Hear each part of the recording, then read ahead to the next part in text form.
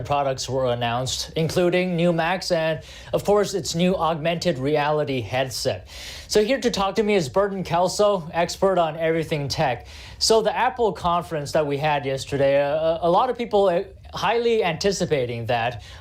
In comparison to before, how do you think this one went? What are your feelings about it? I think this one kind of went flat because people had higher expectations as far as the products and software updates that Apple was going to offer. I mean, you saw some key things like the ability to leave video messages with FaceTime. But then as far as their VR goggles, I think it went flat, especially with the high price of $3,500 for a set of VR headsets where you have other ones on the market that are considerably lower. Yeah, I wanted to talk to you about that. But first, let me ask you something about the MacBook Air, the 15-inch one that was announced yesterday. I mean, alongside all of the features that's iconic with the MacBook Air, I think one of the biggest features for me personally, at least, is the price tag. It used to be at $999, right? Now this new version that's being launched is over $1,000. I think it's $1,199, somewhere around that. I mean, what are your thoughts on that? I mean, for students, the $999 mark is really key here. I think people are willing to pay a little bit more for a larger MacBook Air. I mean, the 15-inch screen has got high definition, and I think for years people have wanted a 15-inch MacBook Air as opposed to the 13-inch because you're seeing more people working mobile. And if you're able to offer a 15-inch lightweight laptop, people are going to embrace it no matter if there's a slight price increase or not.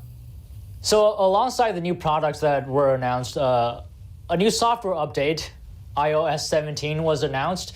What are your thoughts on that?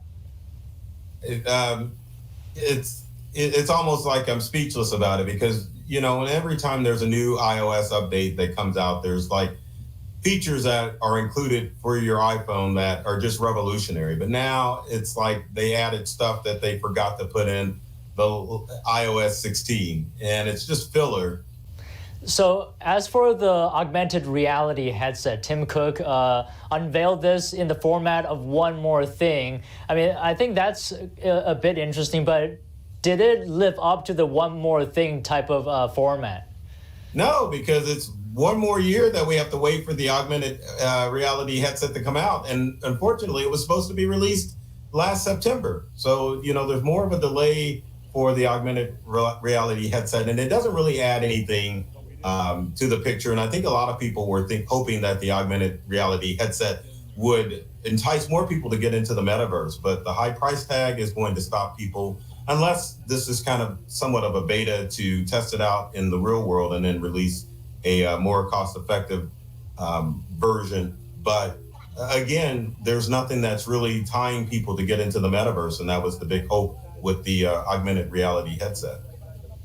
You know, there's this notion that when Apple does something, it's more likely to catch on. Do you think this could be the case with augmented reality?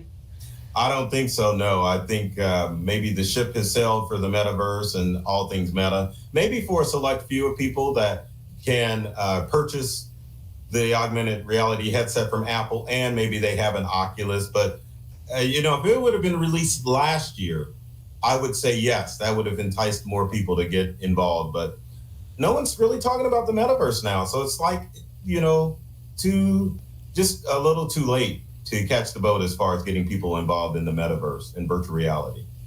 Yeah, I think a lot of people might agree with you, but thank you so much for speaking with me today, Burton. Always great to see you. All right, it's great to see you too, Don. Thank you. Apple CEO Tim Cook says that augmented reality can unlock experiences like nothing we've ever seen before. He says that in the same way that the Mac introduced us to personal computing and the iPhone introduced us to mobile computing, Apple Vision Pro will introduce us to spatial computing. Back to you, Kevin.